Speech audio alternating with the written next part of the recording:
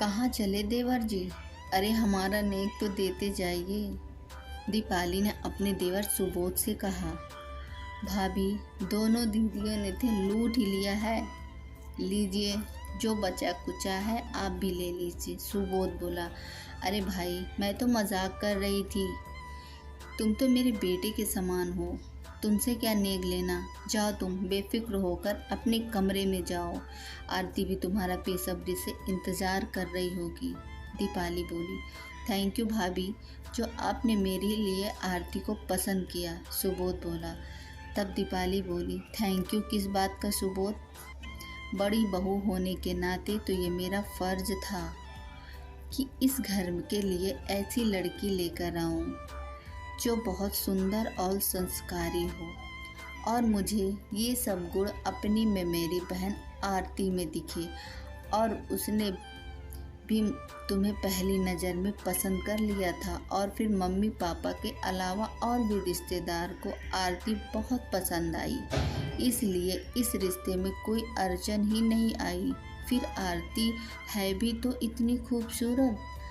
लेकिन फिर भी भाभी, आरती को ढूंढा तो आपने ही था, इसलिए इसका सारा श्रेय आपको ही जाता है। सुबोध बोला।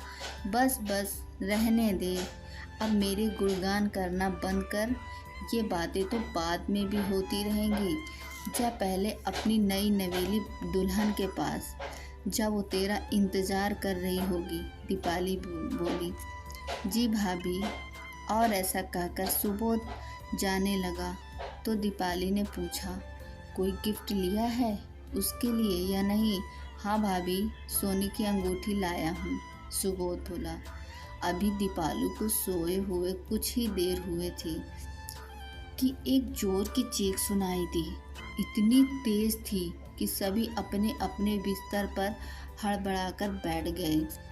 दीपाली भी नींद से जाग उठी और सबसे बोली, कौन चीखा? तभी बड़ी बुआ जी बोली, दीपाली, हम में से तो कोई नहीं चीखा। चीख तो शायद सुबोध के कमरे से आई है। सुबोध के कमरे से ये भला कैसे हो सकता है? दीपाली बोली। हाँ भाभी, सुबोध के कमरे से ही चीख आई है। दीपाली की बड़ी ननद सुरेखा बोली। सच में? दीपाली ने दोबारा पूछा। हाँ, वहीं से चीख आई है, सुरेखा ने दोबारा जवाब दिया। दीपाली, जाकर देख तो क्या बात है।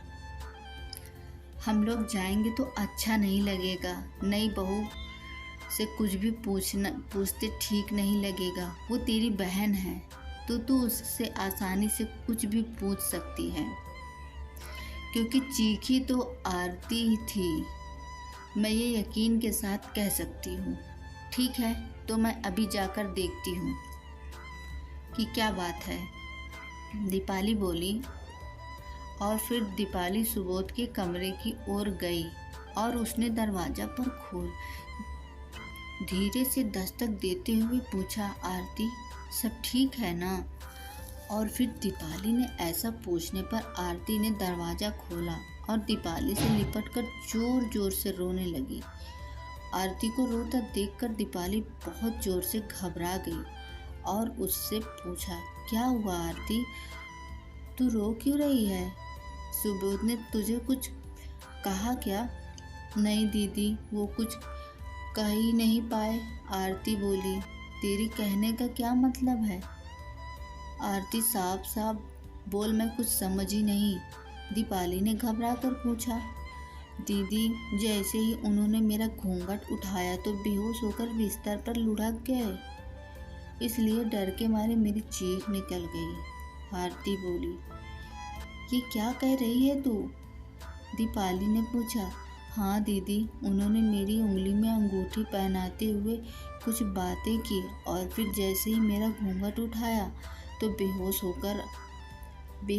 गए। आरती बोली। चल मैं जाकर देखती हूँ कि क्या हुआ है। सुबोध को दीपाली बोली।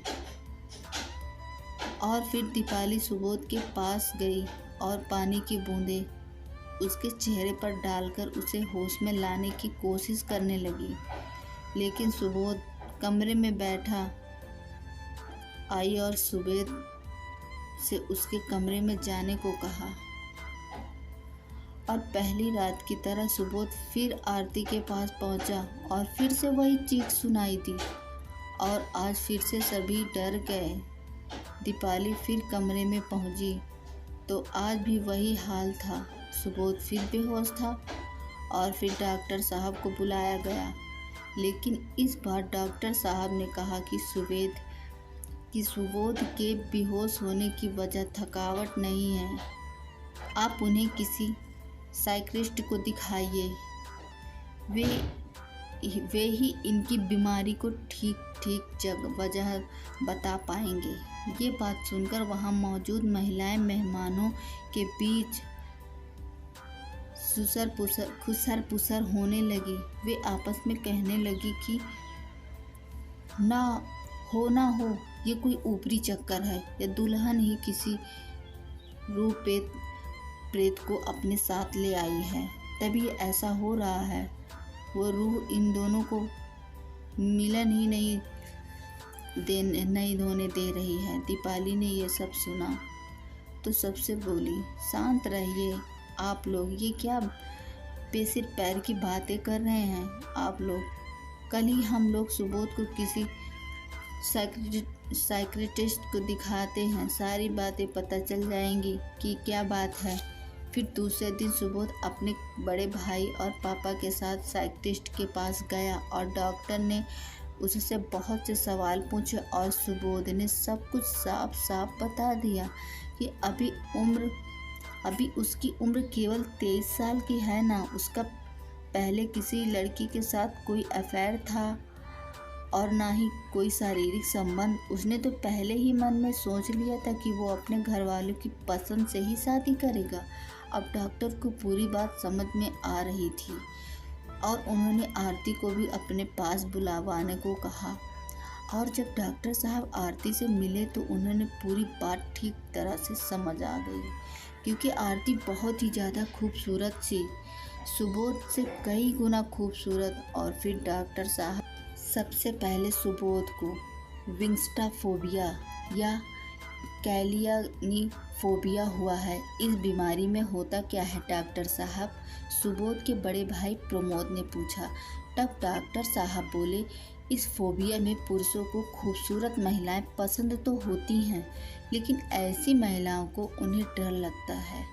ऐसी महिलाओं से उन्हें डर लगता है। खूबसूरत महिलाओं को देखकर या उनसे अकेले में बात करने के ख्याल से भी वो बुरी तरह घबराते हैं।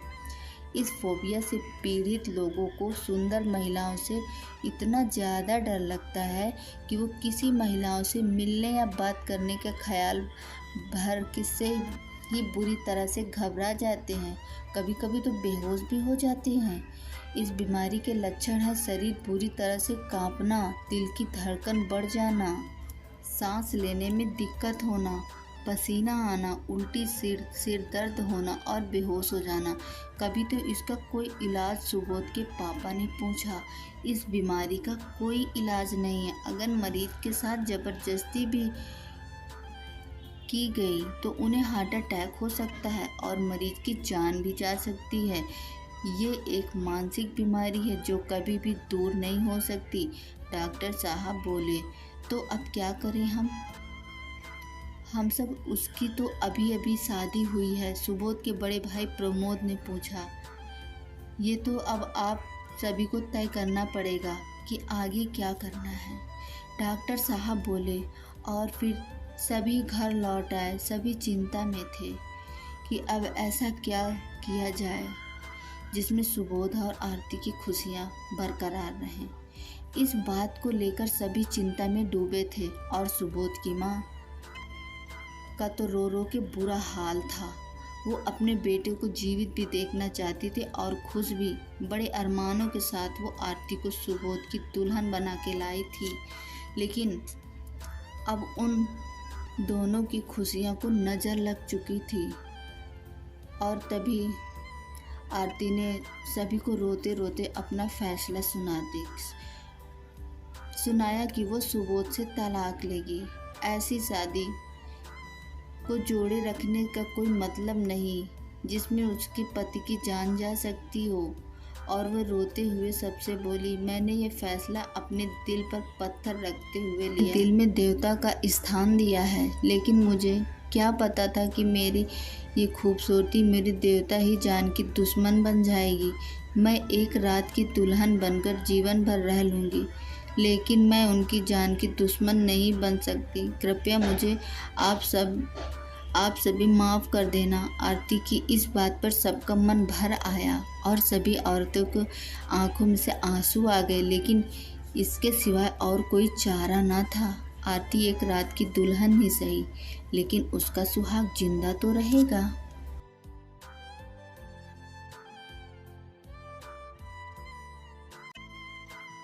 तो चलिए, अगर ये आपको स्टोरी पसंद आई तो एक लाइक करें और चैनल को सब्सक्राइब करें, और हम मिलते हैं ऐसी अच्छी स्टोरी के साथ। तब तक के लिए मेरी तरफ से बाय बाय।